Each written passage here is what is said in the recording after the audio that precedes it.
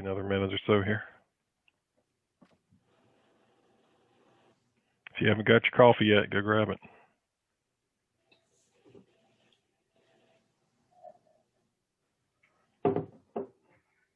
Got mine right here. Glad you're a NASA supporter. Well, Did you know it's a year since the latest rover landed on Mars with its helicopter? Oh, it's never mind. It just flashed by. What were you saying about the rover? Apparently, it's a 1-year anniversary of when it landed. Somebody was saying. I guess that'd be about right. Yeah, I didn't check. And so much fanfare about it landing successfully in the first few helicopter flights, and then not much unless you're really following it closely. So. And it's all electric. I'm so glad when they have success. Yeah. With a nuclear reactor on it. That's still electric. I know. And it's interesting that the legislature has approved reactors, nuclear power in the state.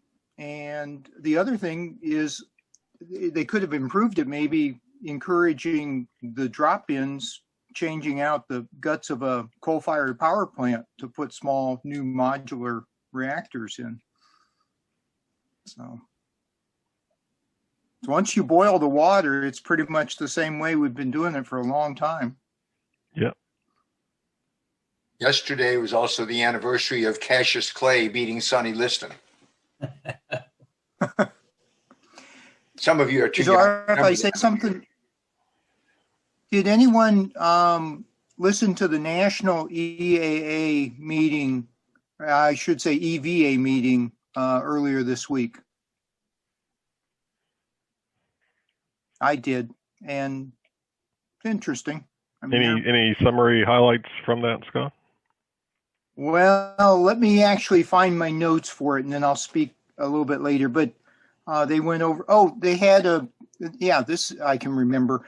EVGO, an official with them, and he, talked about how they were trying to expand and everything. And there were a couple other takeaways, but I forget what they are. It'll come to me. But that was the highlight. And then they went through all the reading of the minutes and then chapter activities and how they're supporting activities, introduced all the new people. And Rick, I saw your name as one of the candidates, and I'm so sorry that we didn't get enough of a grassroots effort to get you elected to the board. So yeah, I think really appreciate you running for the board.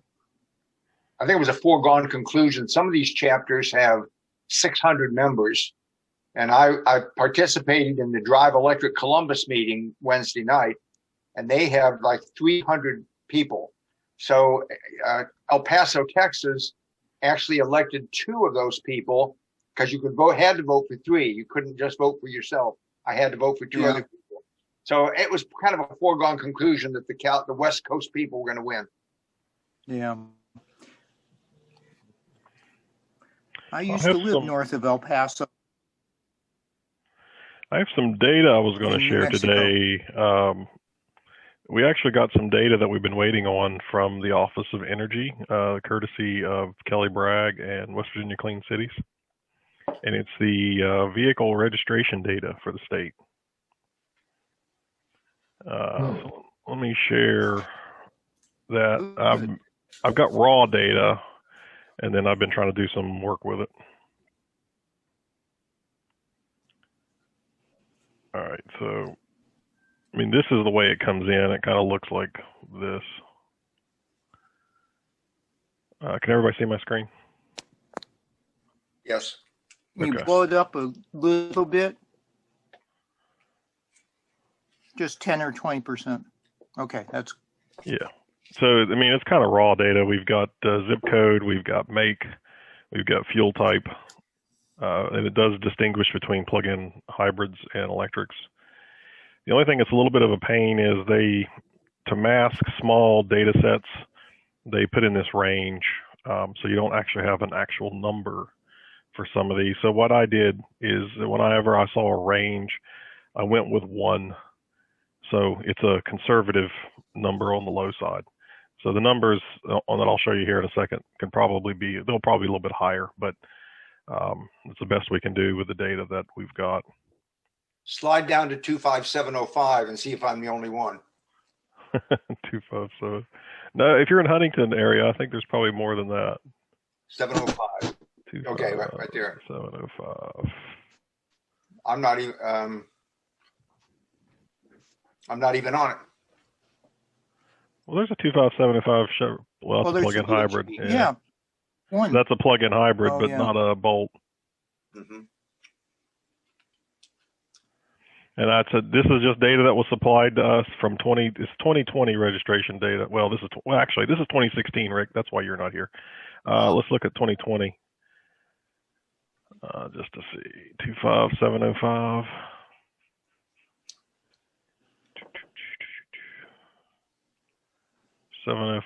Chevrolet electric. There you go. There you are. That's me. See if Marty's and mine in 25303. Whether we show up as 2, but I realize the range may just show 1. 25303. Tesla electric. Oh, 10. Well, that's impressive. All right, there I am. 25303 Toyota. Yep, there you are. So from this raw data, I tried to do some, aggregation. So here's what the registration data looks like by year for EVs and plug-in hybrids, and I did the stacked bar. So by 2020, registrations for both types, all plug-ins, were a little over 1,200. Conservatively, it's probably more than that, but at least in the 1,200s for total registrations in the state. I also have the brand breakdown. This is again 2020, so all the vehicles registered in 2020. So among the plug-in hybrids, Chevy is number 1, probably a lot of Volts out there, and Toyotas like the plug-in Prius. So you'll see a lot of those. So you got several of the plug-ins. On the battery electric side, of course, Tesla's number 1, and then we've got a few others, some Bolts and Leafs down through here. And again, this is 2020, which was the latest data they had. Excellent data gathering and analysis, Robert. And then I wanted to look at it by zip code. Oh. So this really isn't all that surprising. You would expect places like the Eastern Panhandle, which is close to, a lot of people commute to Northern Virginia and DC, from this area. So you expect more activity here. There was actually more in Morgantown than I might have thought, but not that surprising, really. So the Morgantown, Fairmont area, you've got a higher concentration. In any of the metro areas, Charleston area, Huntington, Beckley, you can see there's an uptick just because there's more people there. Question. So there's a tool for plotting from data where things are on a map? In Excel, yeah, it's very basic, but yeah, there is a tool. Okay. I think you can do like counties and zip codes and things like that. Super. So anyway, this is kind of what the distribution around the state looks like. It's again not too surprising. You see higher concentrations in metro areas, low concentrations out in the rural areas.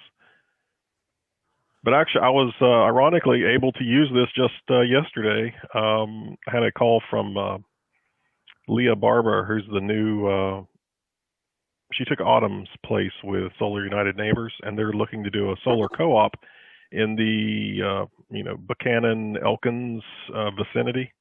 And they're looking at including electric vehicle chargers with their solar installations, making that part of the bid package, which is a good idea. I mean, if you're going to put in solar, you might as well at least put in the outlet to make sure you've got a 240 volt outlet in the garage.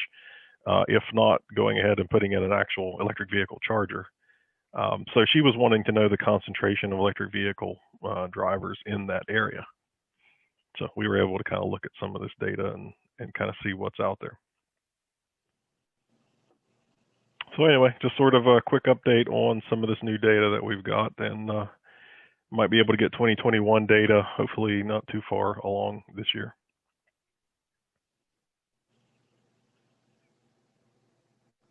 What else is going on, guys?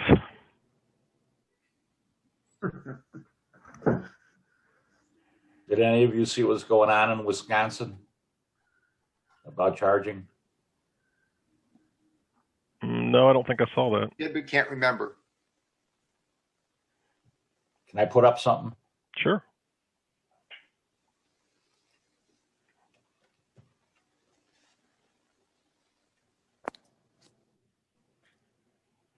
You have to give us, okay.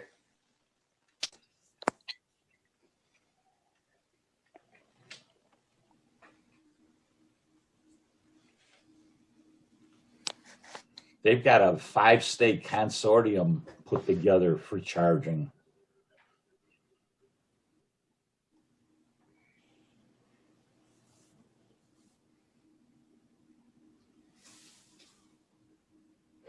And my connection seems really funky. People hear me? Yes, Yeah. hear you fine. Pardon? Okay. So I It's lost kind of visuals on fine to everybody but read. Jim. Who besides Wisconsin? Probably Minnesota, I expect. Yep. If you want to, Jim, you could drop that URL into the chat here so everybody could grab it if they want to take a look at the article. Okay. I'll do that. But yeah, there's lots of, with all this new interest and money out there for EVs, there's a lot of legislative things happening. Speaking of which, we've had our own legislative happenings, and it looks like it turned out to not be as much as we thought it might be at first, or at least the way some authors were portraying it. And it looked like all that kind of went away. Thornton, I didn't know if you want to have anything you want to add to that. Sure. I was preparing for the meeting. So this all started, a lady named Jonna Prater, I believe, had something that Robert emailed to us, was it earlier this week? Right. And it sounded like as if she was saying the legislature was doing really stupid stuff. I mean, it often does stuff that we think are a little bit hard to believe. But I went and researched what she was talking about. And everybody on this call knows that, as we understand it, the current law is you can't purchase a vehicle in West Virginia directly from a manufacturer and have it delivered to the West Virginia. You have to go out of state somewhere to pick it up. So I don't think she knew that when she wrote the article. So anyway, let me get my glasses on. The existing law, which I looked at a few months ago in preparation for this year's hearing, is in Chapter 17A, Article 6A of the West Virginia State Code. And one provision, I'm just talking about the current law, just to go ahead and give us some grounding. It says, and this is in 17A 6A-10 parenthesis 4 parenthesis, except as may otherwise be provided in this article, no manufacturer or franchisor may sell directly or indirectly any new motor vehicle to a consumer in this state except through a new motor vehicle dealer holding a franchise for the line make covering such new motor vehicle. This subsection does not apply to manufacturer or franchisor sales of new motor vehicles to charitable organizations, qualified vendors, or employees of the manufacturer franchisor. That's the current law, which has been in the state code for several years. So there is a bill that is designated House Bill 4560. And so on the 24th, Robert sent us this thing, copying this article by this lady in a publication that some of you are familiar with. I had not heard of. But anyway, I looked at it, and she thought that the bill was going to, here it is, others, basically says, others well, it was prohibiting others from saying OTA, and I thought, what's OTA? And finally, it was over-the-air updates. And so she quoted this provision of this bill, which said, except for experimental low volume, not for retail sale vehicles, cause warranty and recall or repair work, blah, blah, blah, including post-wear software and hardware upgrades.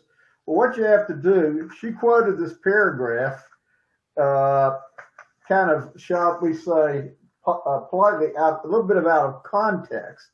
So the actual thing is, you have this, the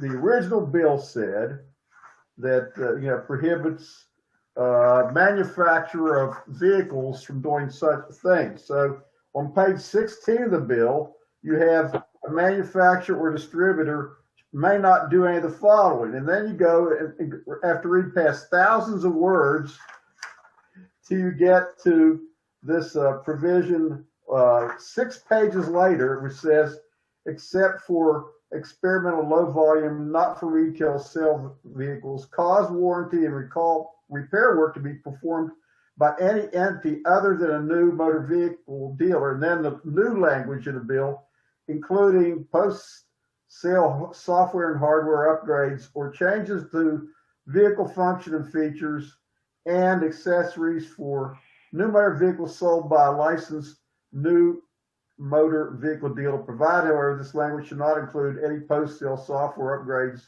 to the motor vehicle's navigation or entertainment system. So without putting all that in context, the way I said, don't be so scared. This basically says, if you live in a state that, you purchase a car, you have a car in the state and there's a dealer of that type of car, the manufacturer cannot basically force you to do the things that we're talking about. They can't force you to use a company which is not a dealer of that car in West Virginia. They can't force you to use somebody else, someone who's not a dealer. That was just to protect dealers.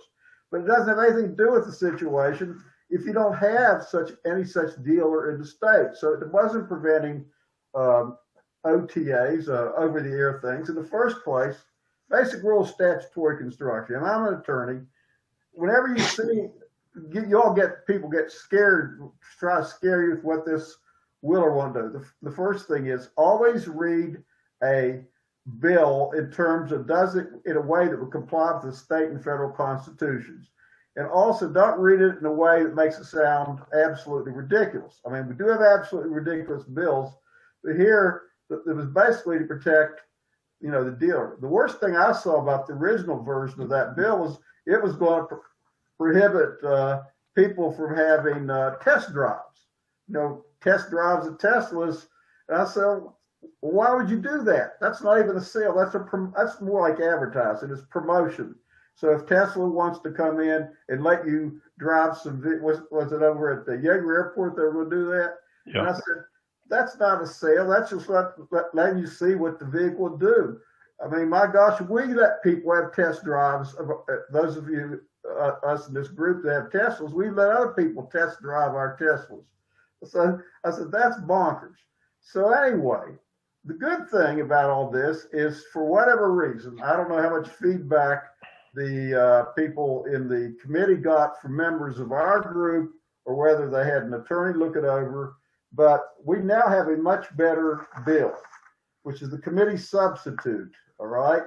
And the very best part of the bill, this is my opinion, is there are 2 provisions on the what's called the committee substitute for House Bill 4560. On page 4, it says, provided that this article does not apply to the sale or service of parts when made in the handling, processing, or payment of claims for vehicle repairs by automobile insurers, nor does this article apply to the sale of parts to motor vehicle dealerships. They're not part of a licensed new motor vehicle dealer as defined in this section, nor to any vehicle service or repair risk. Then a really good sentence.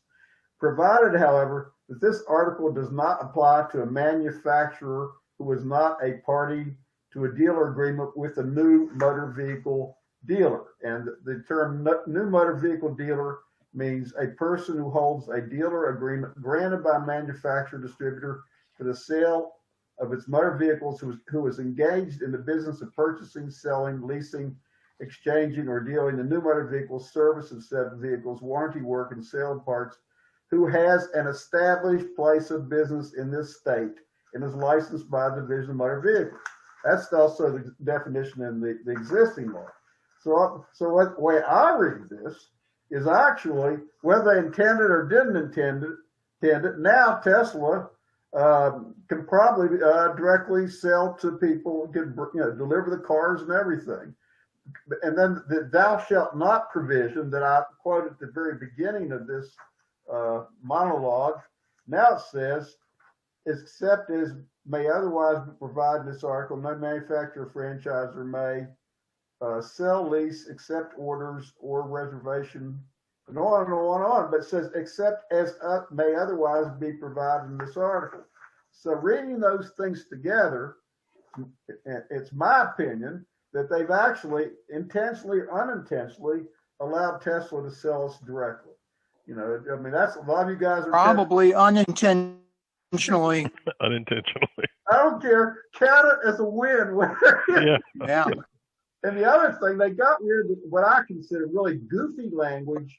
You know, and I know we're supposed to be polite, but I thought it was goofy language about prohibiting people from doing test drives, and also got rid of the language about over the air. Because I don't think there's such a thing. I mean, I'm an old regulator. I mean, I was a regulator. It's great when you have regulations that go into a lot of detail, but when you put as much verbiage as there is in that chapter, that article of state code, I mean, that just when there's a legislative session, every time you have 2 or 3 words, and now we have the internet. You know, people can Google this stuff, go to the website of the legislature. That's ridiculous to go into that much detail of a statute. That's why you have, you know, you issue rules and regs, which also in most cases now in West Virginia also have to be approved by the legislature. So my hope and my belief is that if this bill, which will be on second reading in the House on this coming Monday, the 28th of February, if that passes in that form and passes the Senate in the same form and is signed by the governor, we have a shot at saying now the law has been changed, that whatever else the bill does, if Tesla wants to sell a car to somebody in West Virginia, directly the manufacturer, you know, delivered here in West Virginia, as long as there are no Tesla dealerships, they can do that. That's what I think. But if Tesla ever decides to open up a dealership, then if you have service done with the car, which requires you to go to company for repairs, they can't make you go to someplace other than a Tesla dealership in the state. So that's how I think the action going forward is, if this gets signed into law, Thornton and Robert, that we ought to quietly make sure Tesla is aware of it and see if they will open a showroom and maybe a repair facility. We're pretty low population, but as seen by that distribution, but it's worth at least informing them of it. Well, and also important to remember, it's not just Tesla. I mean, we have other manufacturers, Lucid and Rivian and some others. But it's, yeah. Well, we had noticed last week that California had registered their 1 millionth EV. So it were 1,000 and they're at 1 million. I doubt that that's much incentive for Tesla to put a spot in West Virginia. Well, I think the biggest thing is it might give them a little more leeway on their maintenance and so forth. They were going to try and get someone actually located with a mobile van in West Virginia. I don't know if that's ever occurred yet. Next time I'm up in Columbia, I might stop by. I thought it was really great and encouraging that Tesla put a Model Y demonstrator at Jaeger. Given that we are pretty low uptake on electric vehicles so far, but that was a positive sign. Yeah, a lot of Eric and Sue and I have an appointment on Wednesday of next week to go test drive that Y. All right, awesome. a lot of us have grievances. I mean, I had to go out of state to get my car out because I wanted a blue or red, Toyota Prius Prime. And I couldn't find that. I wanted so I could find my car in the parking lot. So I had to go out of state to get it in 2017. We all have our grievances about just the mentality of the mindset of so many of the people in this state or of the existing car dealers. But I mean, since I have a Toyota, see, this bill would protect the Toyota dealers in the state from having Toyota force me to use a non-Toyota dealer to have some type of upgrade or something of that sort of repair work. So I mean, I have never been all that opposed to the general purpose of statute. I do think that the legislature does need to protect it's the dealers located in the state from the manufacturers. That dealers hire people that are usually live in West Virginia. They sell vehicles to people who live in West Virginia, and so as a West Virginian, I want to protect our dealers. I don't want to get unreasonable profits, whatever that means. But I'm not opposed to legislation that protects dealers from manufacturers. I think that's a good thing. That's just my opinion. No, and I don't think most people would disagree with that. I mean, if you've got a dealership and you've got a manufacturer and there's that arrangement, there should be protections for them. We just don't like the heavy-handed that the only way you can buy a vehicle is through an automotive dealership. And there is no creating other a monopoly sales channel or mechanism by which you can buy a vehicle in the state, meaning direct sales. So, and I want to put one other thing out.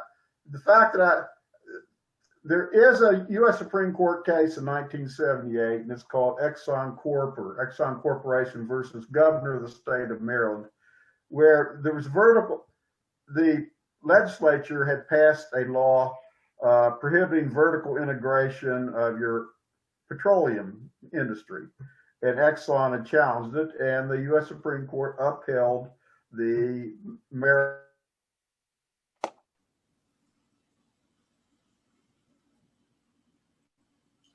Oh, looks like we might have lost Thornton. You're frozen, Thornton.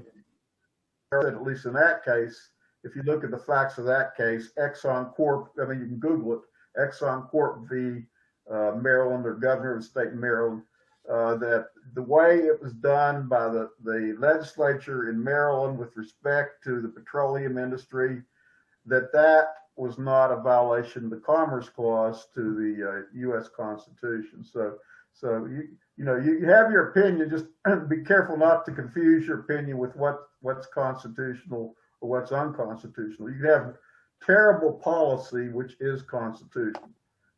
I just want to make that point. Thank you. All right, guys. Well, I think we've covered the legislative territories. Anybody else have any other things going on? Any other news we've seen we want to talk about? So one thing to add to the whole Tesla locating in the state of West Virginia, Tesla has been wanting to put a service center in West Virginia for some time. They were looking at putting it along the border over into Ohio. So this could spark a move directly into the state instead of into those locations. And that was coming from the service center in Columbus. Right. Well, I guess Columbus probably picks up a lot of, the Tesla service from that part of West Virginia because that's the closest location. So they could offload some of that a little bit closer to the state. Does Tesla, I mean, I'm asking a really basic question. How many states have Tesla dealerships in the United States? Are there any states that have Tesla dealerships? Well, there are no dealerships. There are Tesla stores. Tesla doesn't have franchise dealers. They don't use the franchise dealer sales model. They only sell direct. Okay. And the same will be for Rivian. It's because they think that. Go ahead, Scott. Go ahead with the rest of the list of manufacturers, and I'll say what I've heard about Tesla. Go ahead. Yeah, so direct sales, I mean, these new up-and-coming automotive companies like Tesla, I mean, they want to eliminate, they don't want to use the dealer sales model. They want to sell direct. So they're like Apple. They want to open Apple stores, and they have a store for presence where you can look at the vehicles and test drive the vehicles and all that kind of stuff, and then order your vehicle online and have it delivered. So they eliminate the dealer from the sales model. So it's just kind of like, you know, sort of like what Sam's or Costco, you know, they're eliminating a middleman. And it's not just Tesla, it's Rivian and Lucid and NIO. Yeah. And with the low maintenance on these, that's where dealers make a lot of their money, that and used cars. And so they didn't feel like you needed dealers. And they wanted to keep it all within the corporation. And I think Rivian and the other one you mentioned are following that same model. Well, and I mean, you know,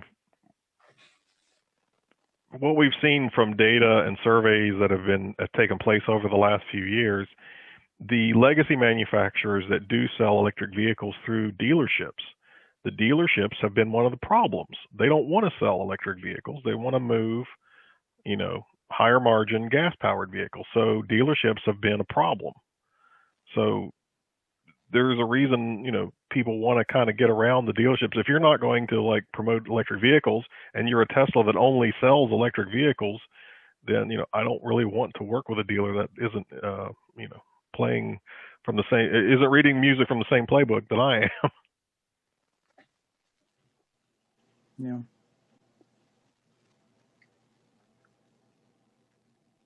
I had a couple of things to go over if it's GM, okay. Yeah, go ahead, Rick. I have a picture I want to show you in a second, but first the background. My wife and I walk on rainy days inside the Huntington Mall, and they have a lot of little kiosks, some of which are not occupied, and you can rent them. So I stopped into the marketing manager and said, since we're a nonprofit, you know, could we ever use one of those for a weekend? And she said, oh, I can go even better. We have a community area where if you just sign up for it, you can use it as often as you want. So she said we had to prove that we were a 501c3 tax exempt organization, which with Marty's help and Elaine Borseth, I was able to get that and turn it in. But in addition, this lady was very excited about EVs, and she said, gee, could we get you to come and do a display of EVs inside the mall, maybe during Earth Week? And I said, I'll try, but I know that people, you know, you're willing to drive to a deed event and drive back home, but to have your family take you back home from dropping your car off the mall, because you don't going to be staying with it for 8 hours. Now, the day she was thinking of was the Saturday that Earth Week starts, which is a Saturday before our Marshall event on Wednesday. And we'd have to have the vehicles, probably 3 of them, in place and cleaned up and ready to go by 10. And then after 6 p.m., we could take them back out. But if anybody has any interest in that, I don't know, but you can let me know. If I may share my screen for a second, I want to show you where this booth is like.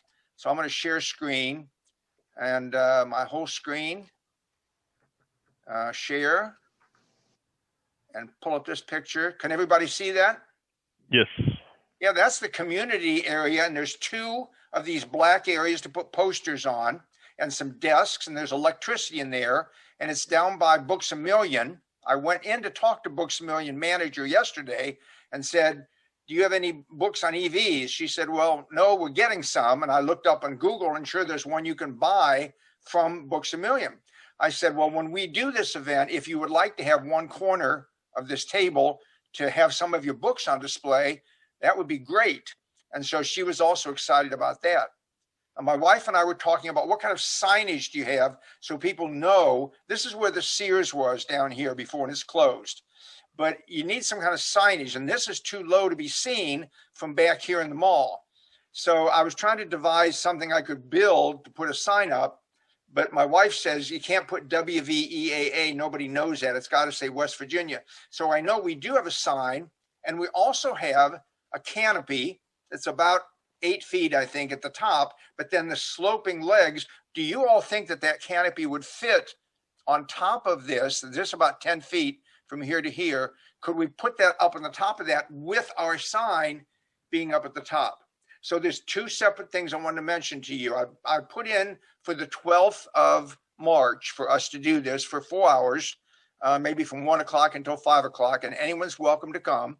And then maybe we'll do it again in April, but then she would like us to look into whether or not we could get 3 electric vehicles to display in center court on one of those days during Earth Day. We can do it on Sunday, because actually that's a shorter mall day. So 10 a.m. to 6 p.m. if you hit, and you don't have to stay the whole time, but we would have someone, I will probably stay there and guard the vehicles the whole time. And when you're not there, you can lock your vehicle. But we would have to have, a sign on the windshield saying, and this goes 300 miles between charges or whatever. So that's the 2 things I wanted to mention to everybody. And if you have an interest in this, I'm going to put it out in the Google group for people that live near Huntington.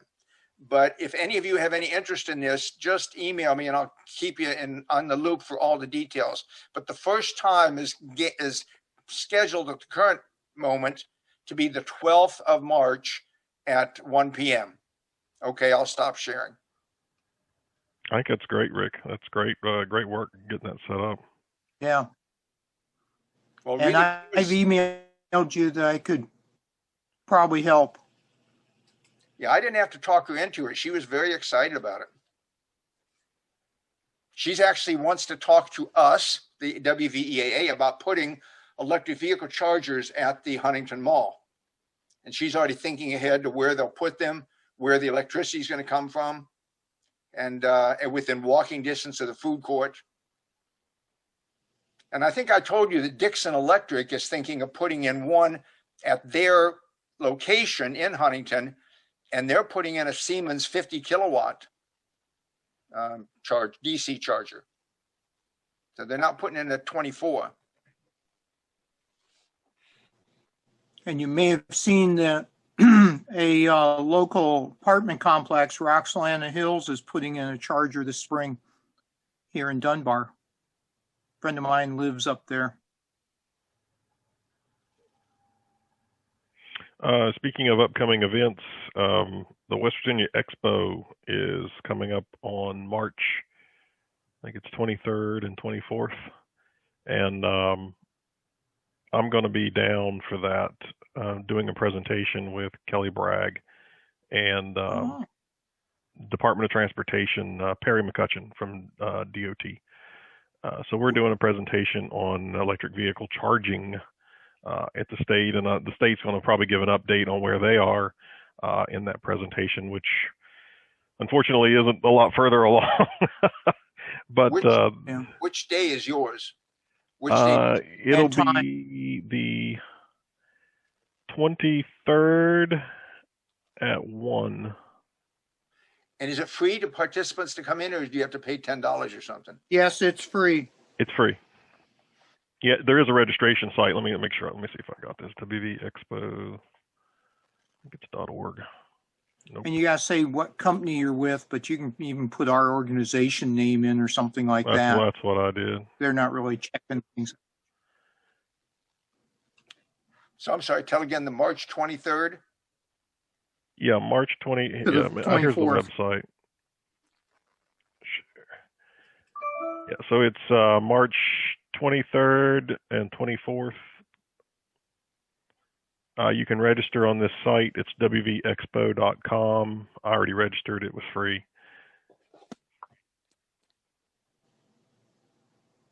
And unless they change it, which I guess it's still subject. They were working on the agenda, but at this time, it's on the 23rd at 1.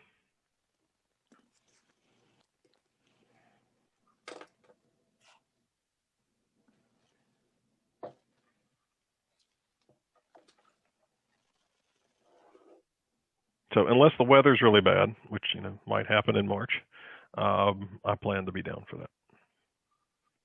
You want to plant a question in the audience for? We won't go tomatoes. They only have an hour, unfortunately, so I'm going to be splitting some time with them. It's like, heck, I could use a whole hour myself. But yeah, hopefully have about 25, 30 minutes for my part. Any other events coming up? I know Rick mentioned, so we've got What's up? I've got a question for Rick. What's your background? My background? Behind you.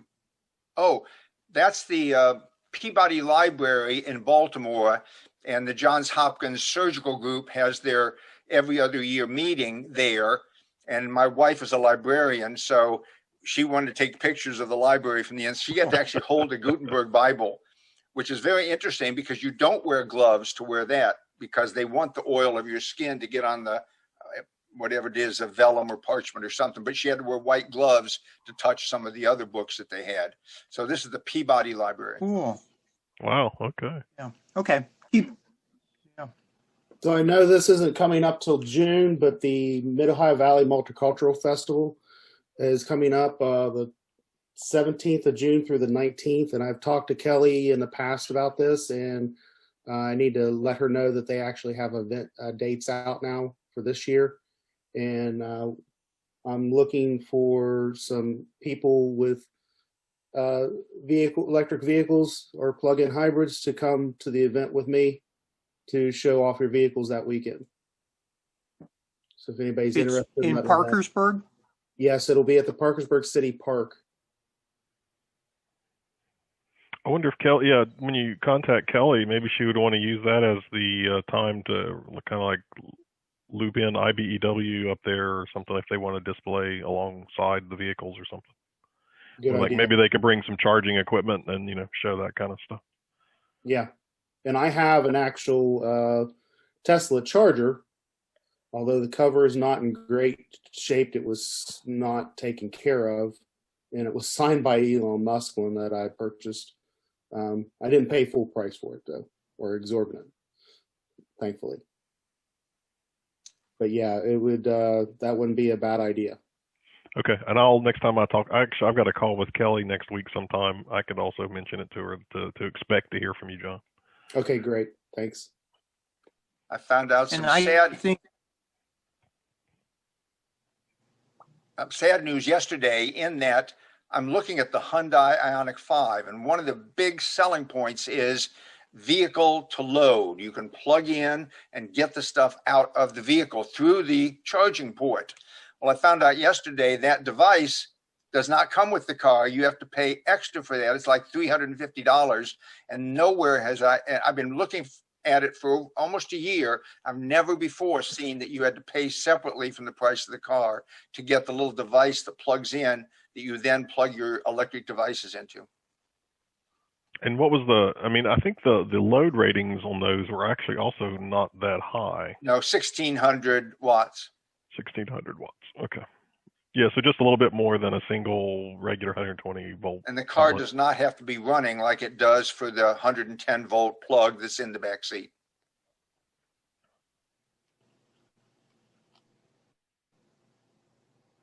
Okay, I've got something. Marty is dialed in, but I think he can hear us, but we, of course, can't hear him.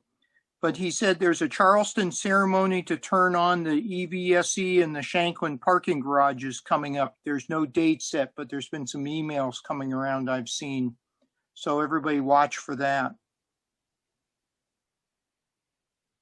So he texted me. That's why I know about it, or know that his situation. He's the little phone symbol on our screen. Okay, so we don't actually have a date yet, though. And John, no, but just to be watching for it, and we'll make sure to put it out when it's set. Okay. And John, I think I probably can come up to your event in Parkersburg in June. Thank you. It's interesting. My wife and I were just reflecting. Memorial Day weekend for both. Well, Marty's probably already passed almost his 4-year, but we will have had our Model 3s for coming up on 4 years. It's just amazing to think about that. Oh, he just texted me. He says Charleston was postponed. So I don't know what that means. Eventually, it will probably have a turn-on ceremony, so to speak.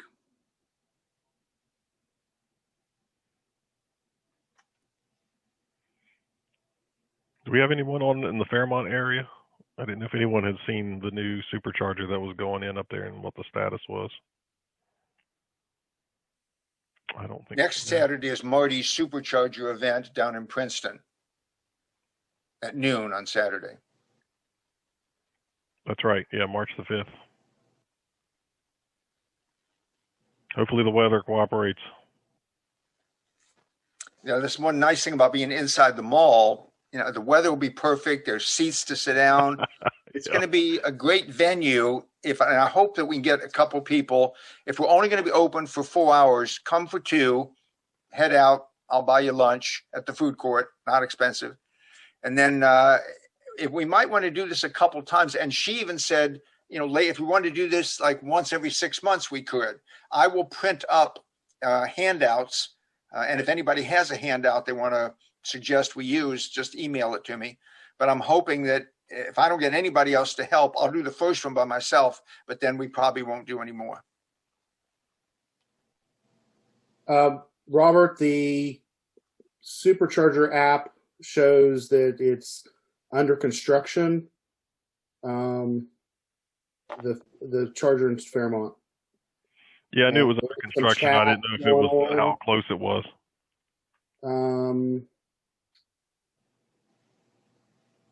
Yeah, there's been no pictures posted.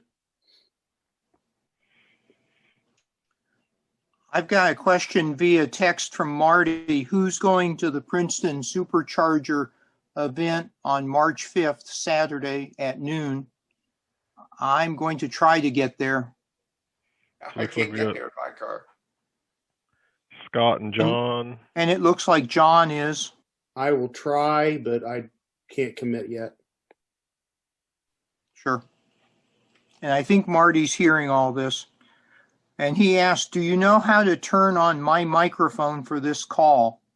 Robert, if you can see if you can do anything.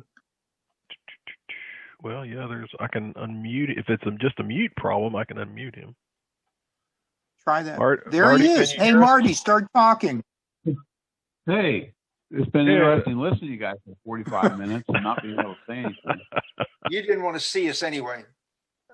What? Yeah.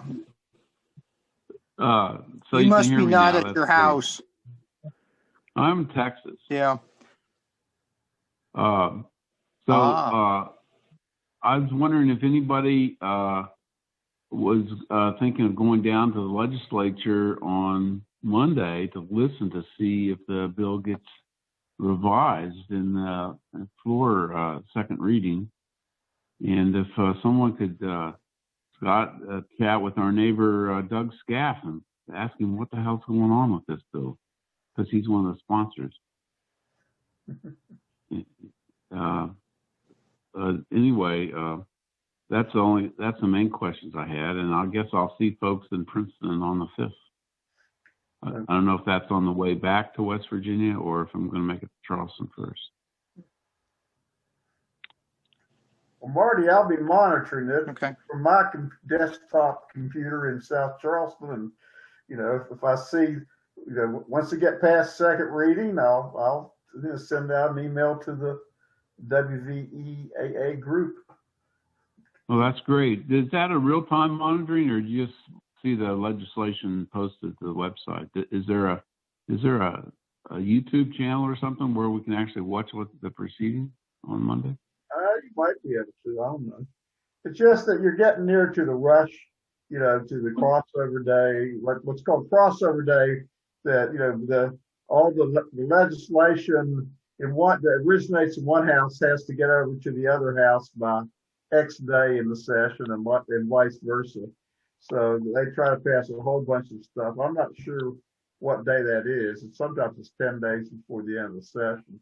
So they're focused on stuff that originates in their house and not doing too much on bills that have passed over from the other house. So it'll be very busy Okay. the first 3 days of the next 3 or 4 days of the next calendar week. Thank you, Thornton. I really appreciate it. All your work on this.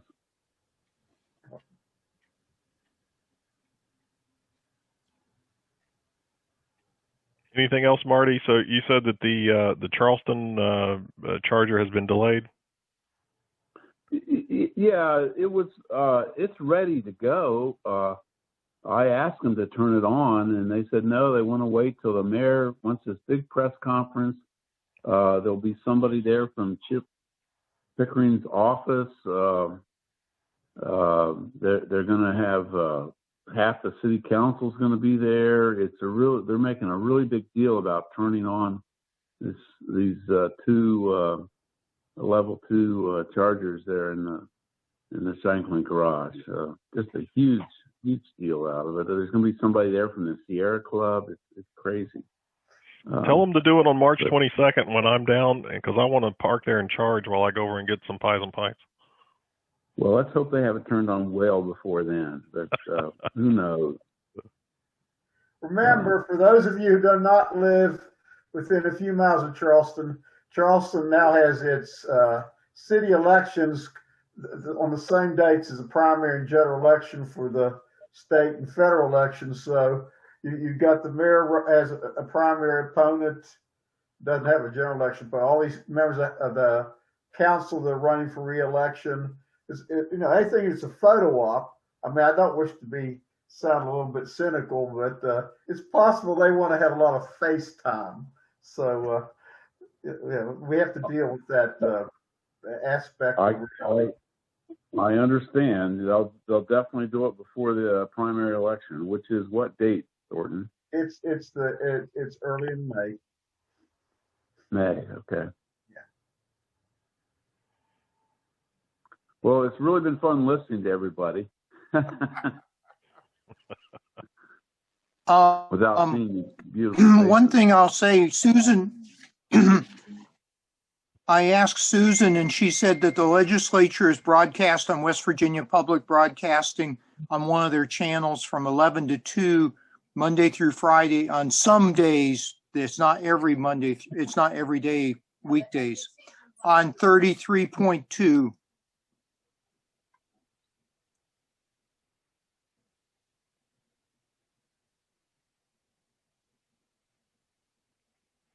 All right, guys. Well, it's about 5 till 10. Anything else going on? I have something, if you can hear me. Yeah, John. All right. I was talking with our fire chief yesterday and another guy in the fire department, and the Firemen's Association here just had a big talk about a Tesla fire that somebody witnessed, and they're real upset about electric vehicles. They just hope they never get to see one on the highway in flames. And I think we really need to, I know Rick was doing some stuff with getting, showing firemen how they work and how to disable batteries and things like that. But I don't think they know much. And it's a lot of disinformation getting ready to spread further. So. Do you have a contact? I mean, you have a contact with him, John? I mean, we could offer to try to do something similar to what Rick did. Right. Maybe with the whole Firemen's Association here. Yeah. Well, Kelly Bragg has a training module of some sort. And years ago, she was talking about getting us involved in executing that training around the state. And I don't know whatever happened to that. I think events overtook her, but there's no time like the present to try to reactivate that. And, there's some sort of computer program that shows how every module, every different car is deactivated. The Tesla has a point you can cut the control cables up underneath the frunk. and then you can actually de-energize the battery. There's something underneath the back seat. You pull out a piece of the bar going from the conducting bar going from the battery, but and every car is different. So yeah, that would be really a useful thing if we could help Kelly disseminate that information. And Yeah, I I know showed. that the, Go ahead. I showed these guys how I could pull the back seat up on the bolt, and there's a thing you can modularly pull out to disconnect the bolt battery. And I'm not sure if that's the main thing to do or what, but it's pretty easy. I think I mentioned that this is an offshoot from that. We've had to do the main power disconnect twice, I think, maybe 3 times when we installed our OMU lithium phosphate battery.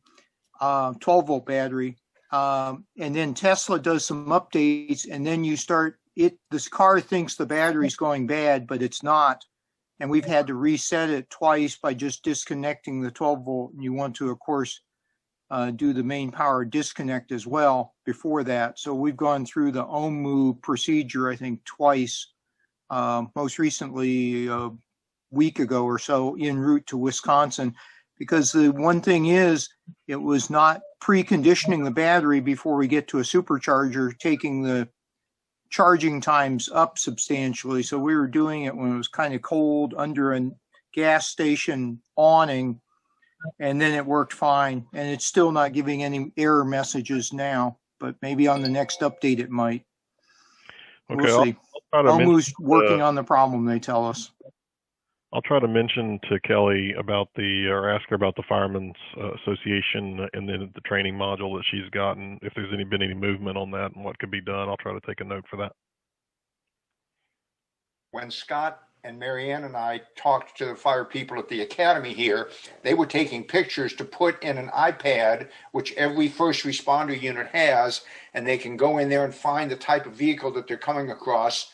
And then they have pictures and descriptions, and that's for the gasoline cars as well as electric, but they'd never had electric. So they took pictures, I think, of all 3 of our under hoods because they need to know on a gasoline car and not waste time trying to get to the battery on the right side if it's on the left. So they have where the 12-volt battery is located in every single car that they're going to come across in an accident. I think that PC program, if it's available, like on a iPad or something, would be really useful, because you just call up the car model and get a display of what it is and where they've got to go. So, good idea. Sorry to interject the stuff about my 12-volt in the middle of that. Sometime in the last 2 weeks, I saw a news item, I think it was on WVOY, where the Parkersburg Fire Department had a training session with an EV. And there was, based on the picture, there must have been about 50, 60 people there. And they said the vehicle, I forgot what it was, but it had been supplied by GM. And they were actually not, ripping the hood off, knocking out the back window, all kind of stuff like that. Wow. A lot of them would love to do that to an EV. Yeah, when I got my car in 2017, one of the people in the fire department in South Charleston said he'd like to do that. Not so fast. There's a number of YouTube videos comparing the number of EV fires to the number of gasoline car fires, and obviously the numbers of vehicles aren't the same, but it's huge. I mean, it's like 100 times as many in a gasoline car, an ICE car, whether it's gas or diesel, than there is in an electric vehicle.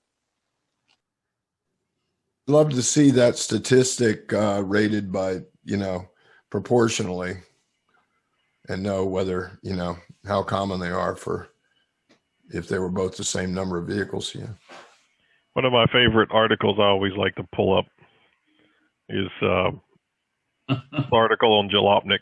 It's a $100 million lawsuit because a gasoline Ford Escape decided to self-combust on a cargo ship because it had a recall that was not done on the vehicle. And so $100 million, this is still in court and happened in 2015. And we don't know about the fire on the ship last week with the Porsches and the Audis. There were 4,000 vehicles. Yep. And the crew was saved, but the whole thing's going to burn. And it was gasoline that started that. Yeah, if you look at the number of recalls that there are for gasoline vehicles with fire safety recalls, and a lot of those tell you not to park the vehicle inside a garage because they can self-combust without driving them. I mean, there's a lot of that out there. So, yeah, I mean, not to say that the bolts and, there's been some issues with electric vehicles, of course. Every vehicle has issues, and they should all be fixed and recalled and dealt with. But, yeah, it's not the massive problem that some make it out to be.